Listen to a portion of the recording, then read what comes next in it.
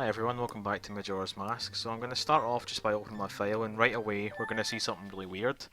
As you notice that the house music is playing, even during this little cutscene, and it puts me back in the mayor's residence, which if you remember is where I appeared after I saved at the hidden owl statue that I did in the last video. What this basically means is that every time I reset the game it's going to put me here if I play the Song of Time, or well, if I play the Song of Time and then load my file after having reset the game after that, it's going to put me here. If I just play the Song of Time right now, it'll still put me in South Clocktown. But it's kind of cool that it's in here because it's going to let me show off something else, but I have to wait until about 8 o'clock for that to happen. I can't really speed up the time, so I'm just going to take a look around here in the meantime. You'll notice that usually in this room, usually there's like a woman here. It's Keffi's mother, I think it's her anyway. And usually you talk to her, she gives you a mask. And that's kind of what I'm waiting for right now, because normally you can't get in here until 10 in the morning. But because of this glitch, it just put me in here at the start of the cycle, so I'm in here before 10. What's really strange about it is, well, you'll see what it is in a minute. I'm just trying to kill time really until it gets closer to it. Something that's always annoyed me actually that I meant to point out is, see if you come in here, this is Keffi's diary, right? See if you stand all the way over here. He can still read that, and it just annoys me that, because a lot of the things in this game have got kind of a small range, like you need to be close to them to interact or whatever, but that one for some reason lets you go like a mile away. Can I get behind the curtain and still have it work? I mean, look at this. There's just no way, is there? Anyway, it's like 7:30, that's what I want, so I'm going to come in here. And like I said, you can't normally get in here until 10, right? So this is why this is pretty funny to look at. Let me just point the camera over here. Just take a look at this scene over the next sort of 15 seconds or so. It's almost there. Happens at 8 o'clock. Okay, right now. There she is. It's kind of weird that they put her here at 8 rather than 10, or just before 10 I guess would make the most sense, but yeah, there's Keffi's mask. There's a couple of little uses in the Andrew Keffi quest, but really nothing else. But obviously I do need to get it. I'm not going to go in the other room for now, the one over there, no need for it. Can't do anything in it, so I'll just head back outside. Okay, so back in Clocktown, I guess I'm going to go and grab the chest with 100 rupees in it, just because it's always good to have some money. I think there's going to be some things I'm going to buy along the way in this video actually, so I'll just pop over here and do a gainer against this wall. If I could, there we go. Let me grab this one. 100 rupees should be enough for what I'm planning. Let's just head out. I'm going to head through the south exit because there's a couple places just south of Clocktown that I want to head to. First of all, the first of them is over to my right over here, Milk Road. I've got no real business in there right now, I just want to go there so that it's active on the map, and I'll explain why that's important in just a minute. Well, in a couple of minutes really. But let me just point out what I'm doing here. If I just bring up the map screen, you can see these are the locations, or the areas that have got owl statues that I've already been to, right? So there's Great Bay, Zora Hall and Clocktown, that's all it is so far. But there is an owl statue in Milk Road, so I want to go in there as well. I mean, it's not really based on like where the owl statue is, but like in an area close to the owl statue, so Milk Road or Romani Ranch or whatever counts as like its own area. But while I'm in here, I'm actually going to go over to Tingle, who is flying about here, and grab the map for Romani Ranch. These are included in the definition for 100%, and I like to have them anyway, just because, you know, it's nice to see kind of where you're going. It makes the map screen a lot more colourful as well, which is nice. So let me just talk to this little clown. God, he's freaky. Right, we'll just buy the Romani Ranch one. He always like offers the map for one of the later areas at like a premium price, but we're never going to do that. We'll always just get them when we get to the right area. So just pop back in the field. I'm going to be doing a lot of backwalking. If this is annoying to watch, just let me know, but you know, I'm really not missing much, just a short distance. But I don't mind like rolling or inverting the camera or whatever. But anyway, the next thing I want to do, if I just head over to here, is those that have played this game before will know that the first time you go near that tree over there, the one that's got the Skull Kid drawing on it, there's a pretty long cutscene that plays about like Skull Kid's history with the fairies and all that. It's triggered by walking on the ground sort of anywhere in this area. There's a way to get around that without just fast forwarding it. If you come over to this Gossip Stone here, it works on any Gossip Stone. You want to pull out the ocarina or any instrument and just mash the B button. And if you get it fast enough, it just does this. And I'm now in what's called time stop mode, where none of my items work. I can't take the mask off. All I can do is roll, and I can't even press B. And the camera's stuck like this, and it lets me walk over cutscene triggers without them activating. Now, if I were to press C up, it would cancel time stop mode, and it would cause the cutscene to start playing instantly. Obviously, I don't want that to happen, so I'll just head through. I'll never have to walk over that little area again, so I won't ever have to worry about it. But yeah, that time stop glitch, there's a couple ways to activate it. That one's by far the simplest, but I'll be covering some of the other ones later on, probably in the next video. Right, let me just... If I could, right, okay, they're going away, but they're not really, because they're just going to hassle me when I'm trying to go up this tree in a minute. Come on. This is beyond pathetic. I don't want to get it with, like, the Zora boomerangs, because they're just, like, so horrible for aiming at it. Maybe I'm thinking of something else, actually. Let's just do it. Yeah, no, that's what it is. The fact that they loop around like that. I didn't even hit the damn thing. Right, and there's still one up here. Right, we can just start climbing up right away. Please don't hit me. Come on, I'm close to the top. There's a nice little heart piece for me up here. Alright, so... Tinkle's here. I'm going to talk to him again and get the map for the swamp area as well. Let's see. I like to do that little jump just when the boomerangs are out. Oh, I'm behind him this time. Okay, and we'll just buy Woodfall. We'll get the Snowhead one later on. Probably later on in this video, in fact, but we'll see. So yeah, you'll notice that I'm sort of, I think I mentioned this before, but I'm mostly going to move around as Zora just when I'm getting from A to B, because he is the fastest form to kind of get around in until we get the Goron mask. Okay, so there's another owl statue here, and since I've entered this area now, I now have Woodfall on my map. Although, like, if I were to have activated this statue, it would have been on the Song of Soaring screen. It would have been registered as Southern Swamp, but it is like the same as like Woodfall or whatever, so it's no big deal. Okay, so I'm just gonna pop through the water. I'm gonna go and get the potion from the witch. I don't really need to like actually rescue her right now. I'm gonna skip all of that stuff. But I still want to get the bottle that comes with it, so I'm just gonna head into the Woods of Mystery. Nice camera angle. By the way, you can like, get inside these pots as well. Let me do it. Oh, okay, I guess you can't do it. Or maybe it's this one. Yeah, it's this one. Don't know. But yeah, let's just head inside here. I know the order for the Woods of Mystery. I can remember it off by heart for day one. It actually changes based on what day you're on. But for day one, it's just left, right, right, straight on, left, left. So, nice and easy. Probably a bad idea to backlock because of this angle I've ended up at, but not a big deal.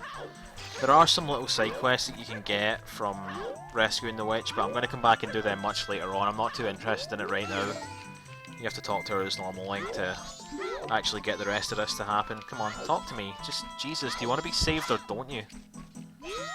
I really should just leave her here for her insolence. Alright. See this screen right here? This confused the hell out of me as a kid. I didn't realise you had to actually do that to give someone an item. I thought you could just, it was like an Ocarina of Time where you press the C button. The amount of times that I drank that red potion without understanding why. I'm sure it's the same for a lot of you people that are watching it as well. They really could have done a better job of explaining that, I think, in this game, because it was quite a difference from Ocarina. Alright, so let's just pop in and get the potion from her.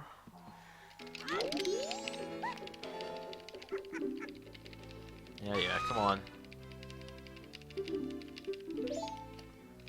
Okay, so I've got no real use for the potion, so I'm just going to drink it right away, because it's going to allow me to show off another cool glitch. One that was also in Ocarina of Time, but it's quite different in this one. I think the method for it might work in Ocarina of Time, I'm not sure. But this is like the only method that I know of that works in Majora's Mask. I think there maybe is another one. Anyway, what I want to do is have a bottle in Link's hand with like an object in it. So I've just picked up this water. I don't have any use for it, but except for this glitch that I'm about to do. So I'm going to hold just very slightly left or right, doesn't really matter, off of neutral, and he'll sort of stand like this. So he'll sort of rotate on the spot like that, and as soon as he starts moving, just hold Z or Z, and he'll stay like this. So what I want to do is press the button for the water, then press the button for the sword, like almost instantly afterwards. And hey look, he's now playing it like an ocarina. And that's got no use right here, I just wanted to show off that it's possible, but later on, that's going to be a bit of a time saver in a later section. But we'll cover that quite a bit further into the playthrough. Let's just get the Zora mask on. It's useful here because it means you're tall enough to just walk about in the water, rather than having to, you know, like hop between the lily pads or swim. But yeah, another real positive to having the Zora is I can skip the boat cruise. I can just kill this thing with my boomerangs. Okay, it still managed to hit me. I can't believe that. It must have a really big range. But yeah, gonna head to the Deku Palace now. The main reason that I'm heading to the Deku Palace right now isn't to do anything in it. It's just to get it on my map. Like I showed earlier, like when you enter certain locations, it'll add them to your map on the pause menu, and this is one of them. You know, every sort of like quadrant of the game, you know, like Great Base, Snowhead, this one, Icana, whatever, they all have like 2 things on the map. I think one of them's got 3. I think Icana has 3. Has a graveyard as well, doesn't it? But yeah, you'll see that this one's actually now on my map. Deku Palace as well as Woodfall, right? So that's going to be crucial in a minute. I'm not going to go in there for now. Come on. I'm actually just going to head to the right and pop up here and get the Song of Soaring, because that is going to be immensely useful in this playthrough. More so than you would actually think. Obviously it's really good for just getting about quickly, but it has an extra use if you know what you're doing with this game. Which I'm happy to say that I do, somewhat. At least when this glitch is concerned. Right. These have got to be like some of the worst enemies in the game. The amount of lag that they cause. Like if you fly into them as a Deku, like if they're above you when you're in the flower and you kill them that way, it lags the game so hard. Well, cool, I managed to get the heart. I've never been able to do that fast enough to actually get the whatever it is they dropped before, but alright. Okay, so the Song of Soaring is just over here. We're gonna see the owl. You know, he's in this game, but it's not the same owl as an Ocarina of Time. I think it's just like a general owl. It's not the sage or whatever. He doesn't really bug you in this game. He only shows up twice, I think, and I'm gonna be seeing both of those times in this video.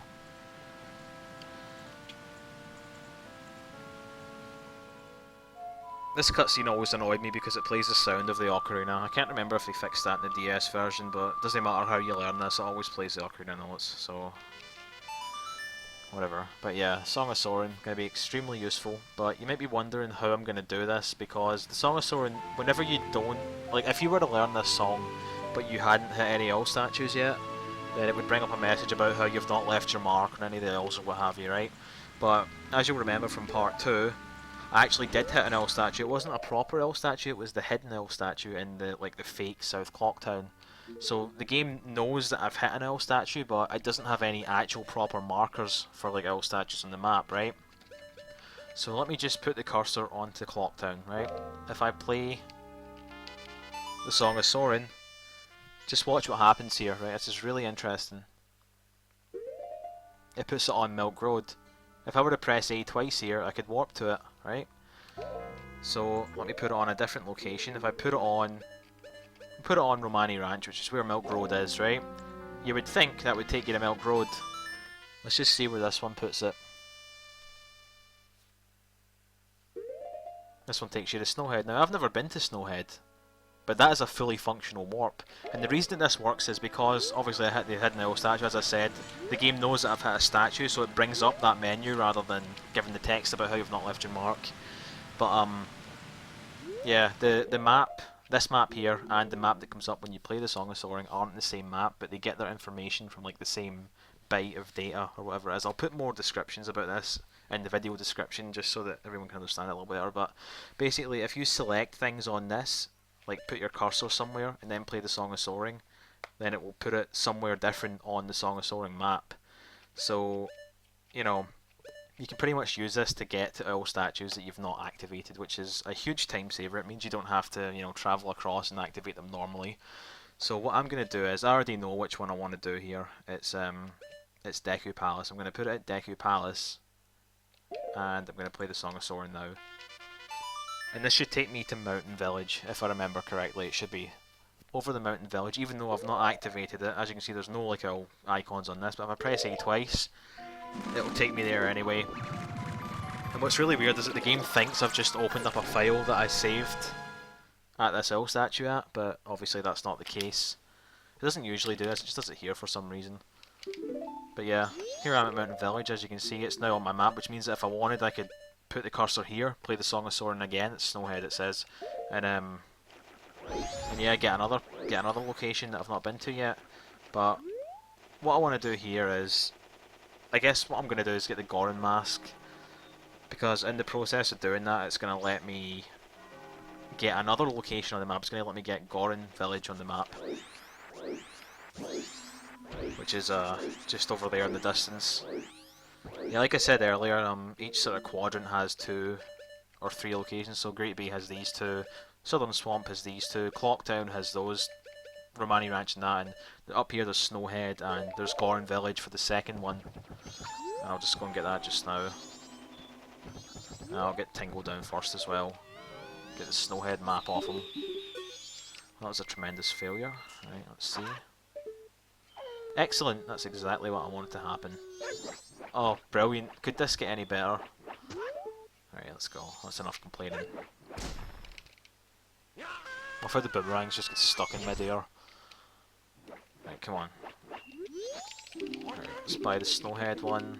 Already got Romani Ranch, and he's asking for double what I paid. Alright, okay. I thought he said something about how those were his magic words and that you're not allowed to steal them. Maybe that's just the first time you ever talked to him. Never really paid much attention. But yep, we're in Goron Village now, so if I pause the game, you can see that I've now got another icon, and this one in particular is going to be very useful later on. I'm not going to show it off just now. You know, if you look in the video description, you'll see I'm going to put like a table of where each location on the map corresponds to on the Song of Soaring map. So like if you guys are playing this yourselves, you can go and hit the Hidden Owl statue without hitting any other ones, of course. If you get any other ones, then it's void. And then you can mess around with it if you like. But there's the owl again. I'm going to try and do this without... Oh, never mind. Okay. I'm bad at this anyway. I'm pretty sure it would have fallen off, so I'll just let him show the way. But it is obviously possible to do this without him. You know, the platforms are always there, whether you've spoken to him or not. But yeah, it's pretty simple to get around this. It's just kind of like a zigzag for most of it. Okay. So, Lens of Truth in this chest here has exactly one use in this playthrough, and that is to get the Goron mask. You can't get it without him.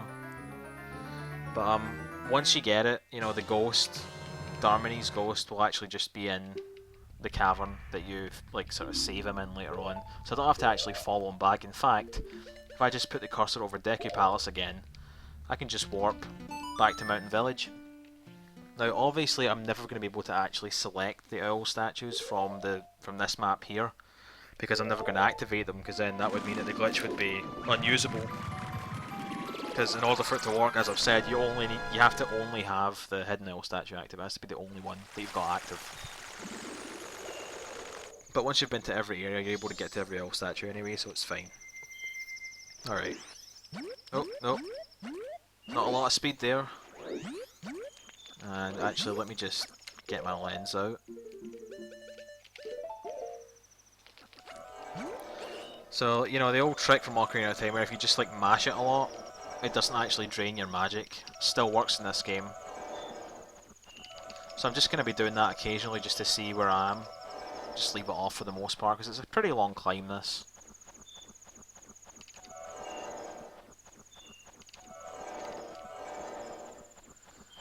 Just got to go right the next time and then we'll be at the top.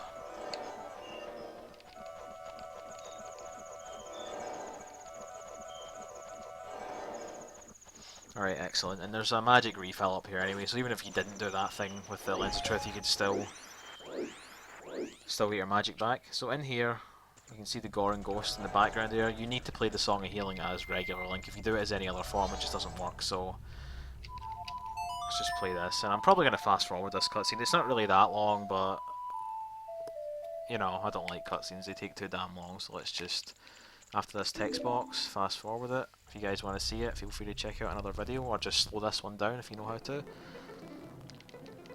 It's not that interesting anyway, he's just being praised and then he dies, whatever, who gives a crap. Right, there's the Goron Mask. It's probably going to be the most useful travel item that you're going to get in this playthrough because, well, let me just show off what I mean by that. It's really, really quick though.